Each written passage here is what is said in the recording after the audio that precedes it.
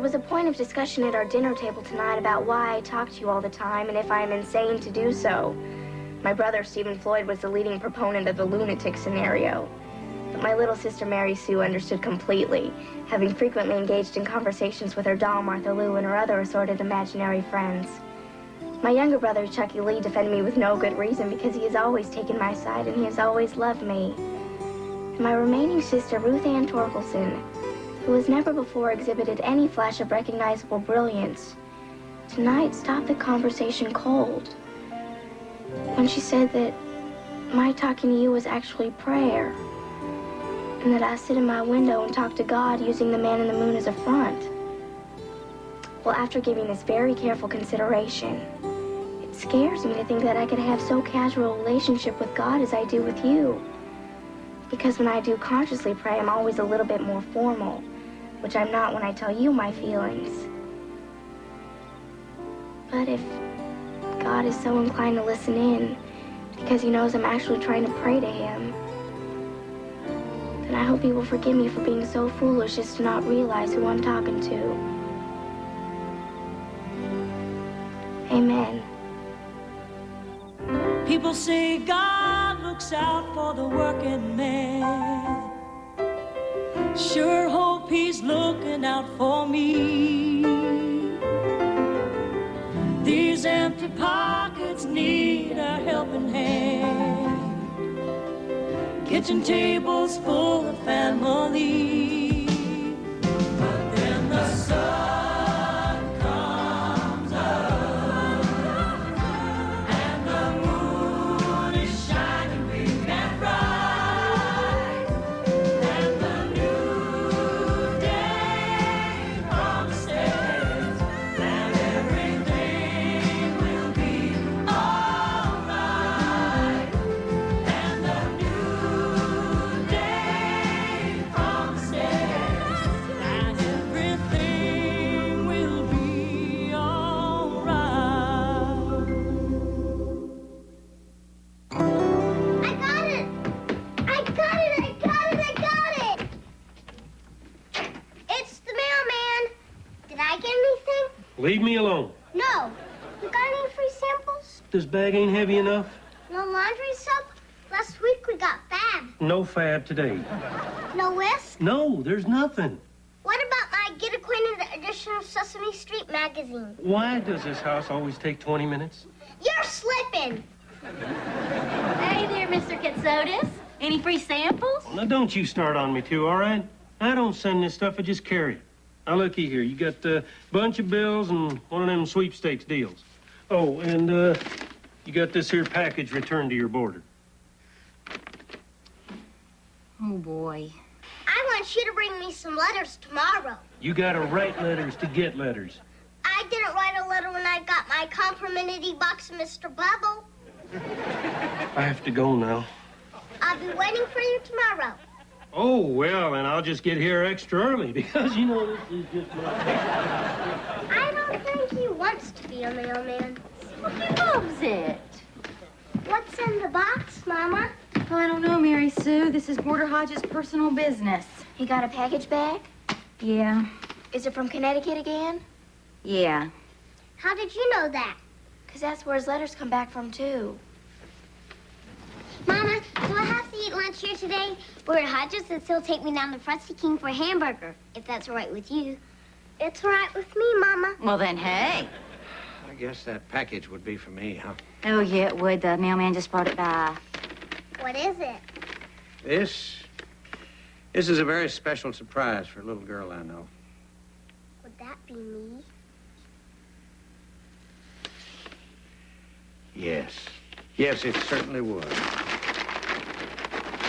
Here you go, Mary Sue. I hope you enjoy it. There's a good chance I will.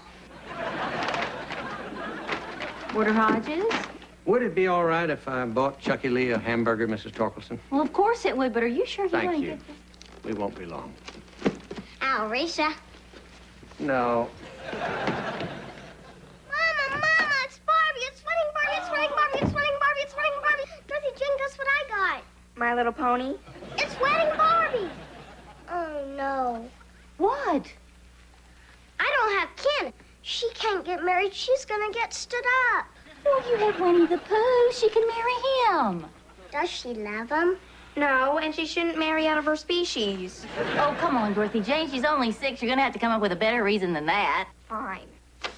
Barbie can't marry Winnie the Pooh because then she'd be Barbie the Pooh. So?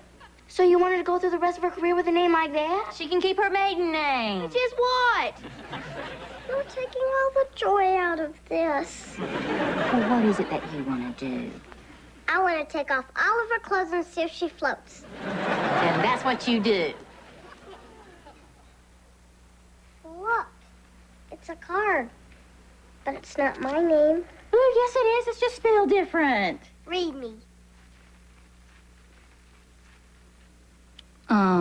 Dear Mary Sue, this is just a note to say, even though it's not your birthday, I still like you anyway. Signed, Border Hodges.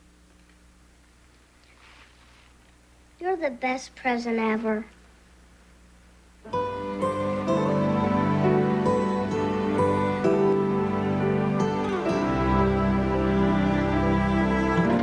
Mr. Hodges seemed very sad when he got his package back today. He gets sad when he gets those letters back every so often, too. Called it the same Molly Jeffers. Very mysterious. I don't think we should pry into Mr. Hodges' life. Oh, I completely agree. You completely agree with me? Yes, I do. Oh, my God, it's the end of the world. I mean, we should care about Mr. Hodges, but we shouldn't be nosy. Dear Molly, hope this reaches you in time for your birthday. Say hello to your mother for me. All my love, Grandpa Wesley. Mr. Hodges has a granddaughter? Who lives in Connecticut. Maybe he doesn't. Maybe he's pretending. Maybe there is no Molly Jeffers, and that's why everything keeps coming back, and we got a coop living in the basement. That's going, Ma. Mr. Hodges is a very nice man who cares a lot about us, and we should care a lot about him. Yeah, well, I'd like to know. If he's got family somewhere else, why does he live here with us? And there's one thing I'd like you to keep in mind when you all go to sleep tonight. Cook in the basement, you heard it here first.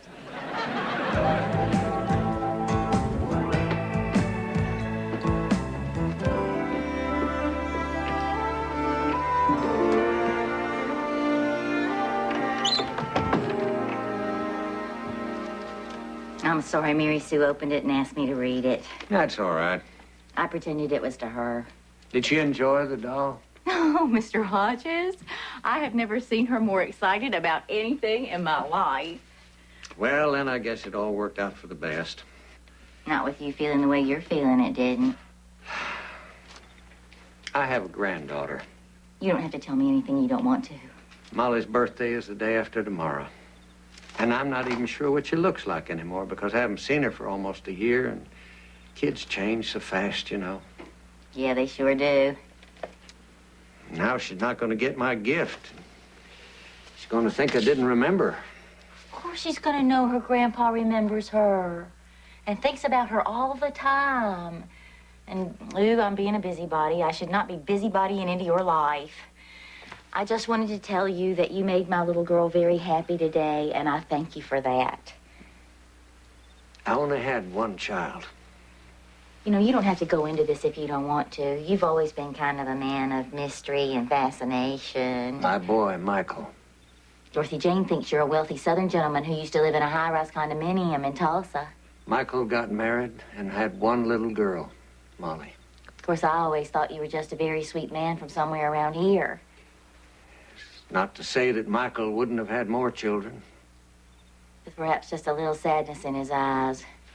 But he died. And I was right.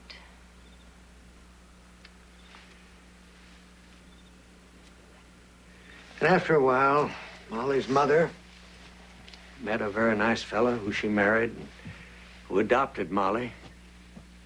And now they all live on the other side of the country.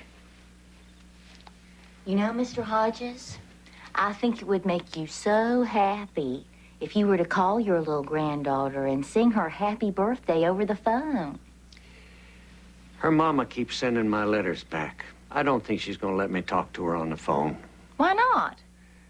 I believe I represent a part of her life that she wants to put behind her. And if Molly is living happily in Connecticut, I'm not so sure she's wrong. Well, I think he has everybody fooled with this sweet old guy business. All I know is ever since he came to live with us, there's been fewer cats in the neighborhood. Dorothy Jane, where's that brown paper wrapper? Oh, I threw it away like you said. But if I know my daughter like I think I do, you tore the corner with the address off before you threw it away, didn't you, Miss I Love a Mystery? Why would I do that? You know my position on sticking my nose into other people's business. So where is it, your pocket? Yes. What are you gonna do? I cannot bear seeing Mr. Hodges so sad and all alone like he is. We are gonna track down his little granddaughter. Mama, this is his personal life. I realize that. Yes, could I have the area code for Darien, Connecticut, please? I thought we agreed that you cannot invade his privacy. We did agree. Thank you. We agreed for the first time in our lives. It was nice while it lasted, but now it's gone. And you gave me the address. Oh, God, I'm an accomplice. Yes, could I have the number for Jeffers in Darien, 37 Martin Lane?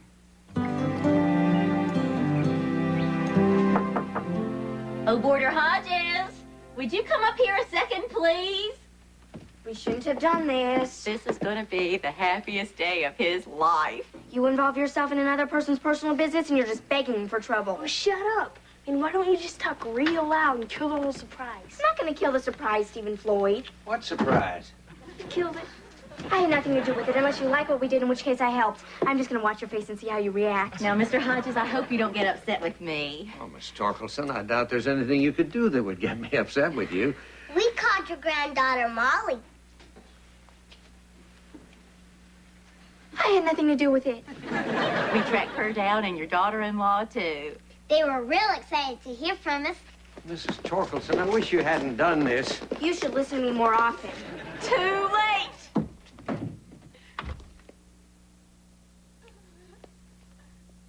Grandpa. Molly.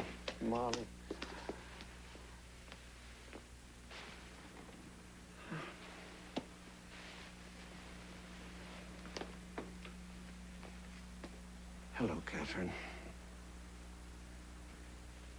Hi, Dad. It's been a long time.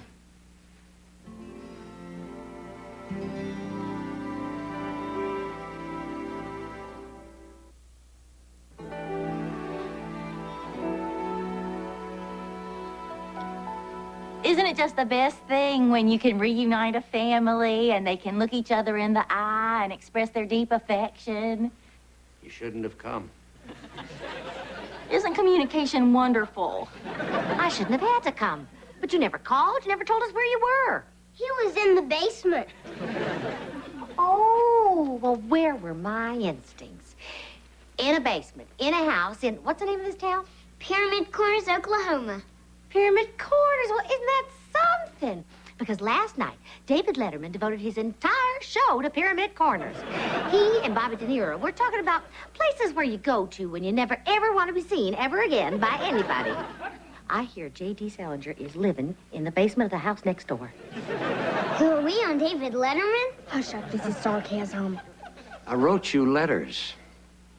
I didn't get any letters. Do we all want to get rid of the children here? Because I think you're going to curse soon. I wrote 14 letters to you and to Molly. Oh, we didn't get them 14 times. That's because you sent them all back. I have every one of them downstairs. In the basement, where he lives. Here, Sue, why don't you take Molly upstairs and play with your toys? You got a lot of toys? I've got Candyland. I've got some toys. I've got lots of toys, because we're rich now. Molly, what did I tell you about that? Yes, ma'am. I'm sorry. We are so rich. We used to be poor. Which is better? Rich. I knew it! I appreciate you calling us. For 10 months, we've been worrying about him.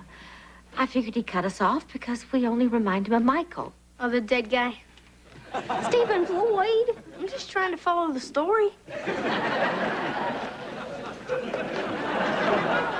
Catherine, I don't mean to win any particular point by showing you these, but as you can see, I did write to you and Molly. And you can see it says return to sender on every one of them. Oh, God. What's the matter? This is my husband's handwriting. He sent these letters back. Why would he do that? This is none of our business. What, you can fly him out of here, but I can't ask him a question? We have some iced tea and cake in the kitchen, which I will get for you now. With my daughter.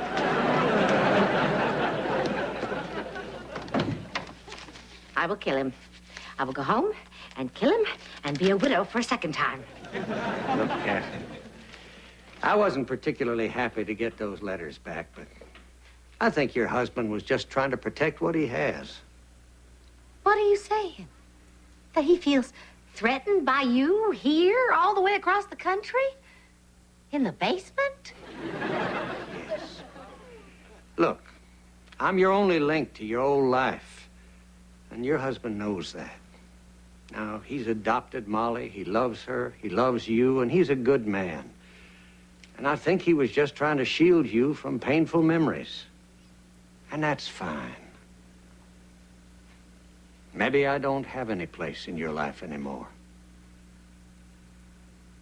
Oh, boy. I told you. I said other people's lives are other people's lives, and don't you get in the middle of other people's lives. But you have to get in the middle of other people's lives because it's your life's business to get in the middle of other people's lives.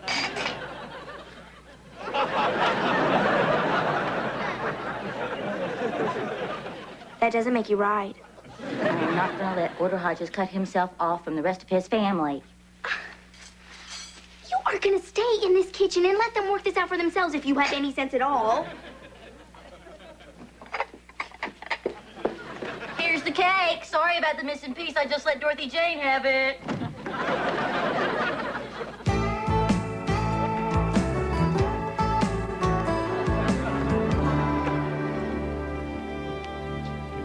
Is that a piece of chocolate cake you got there, Grandpa Hodges? I just taught her that. I thought it sounded pretty familiar. You know, your grandpa tells the best stories. Yeah? Yeah. If you want to hear one, all you have to do is ask him nicely. Nicely? Okay, Molly. I'm going to tell you a story that I want you never to forget. Okay. Once upon a time, there was a young man named Michael. That used to be my daddy's name. And he had a little girl that he loved more than anything. That would be me. I guess New England is just the most wonderful place to live. I bet it's a lot like Paris. Oh, yeah. Paris, dearie, and I know I can't tell them apart. Is Mr. Hodges going to go back and live with you? No, he's not. You asked him? Yes, I did. I asked him to come live in our house where he'd have his own room on the second floor. And what'd he say? He turned me down. I don't mean to be impolite, but you've got my father-in-law living in your basement. And he seems satisfied living in your basement. What's the matter with him? Why wouldn't he want to come home with me? Sit at the breakfast table with his granddaughter and me and my husband. Who's not his son. Molly loves my husband. And he loves her as much as any daddy loves a daughter. And I know Mr. Hodges wants Molly to be happy. But if his being there should cause any confusion for Molly or discomfort for your husband, well, that's just not what he wants. I love my father-in-law. I don't want him to be just some old man living in someone else's house. Well, I can tell you from the little time that he's been with us, we've come to think of him as part of our family. And we would surely miss him if he were to go. Yes. Yes, you would. So even though the little girl's father had to go away, he left a little piece of himself for her to always carry in her heart. And every so often, as the girl grows up, she will say something or do something very kind or very sweet, which will make her remember that piece of her father, which will always be with her as long as she lives. Good storyboarder, Hodges. He tells me stories all the time. He takes me for hamburgers. He helps me with my homework. I sure do. You'll take care of him for us, won't you? We sure will.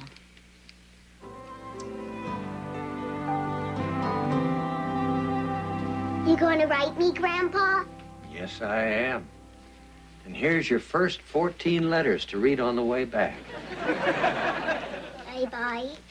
Bye-bye, Molly.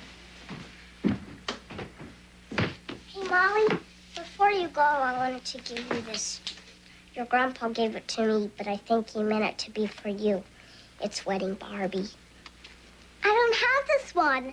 I have Naval Officer Barbie and Ice Capades Barbie, but I don't have this one. She's real nice. You like her? Uh-huh. You want to take care of her for me? Uh-huh, I could do that. Thank you. You're doing a real good job with her, Catherine. She comes from good stock.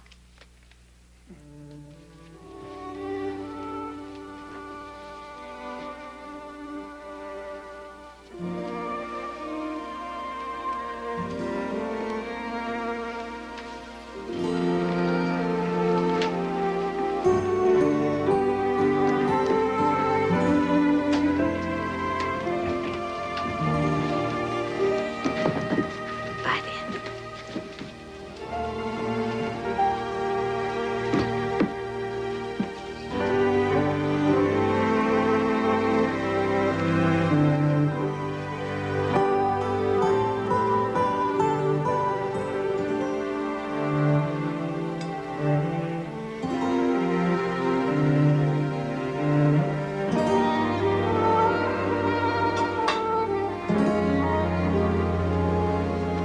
Is that a bologna sandwich you got there, Border Hodges?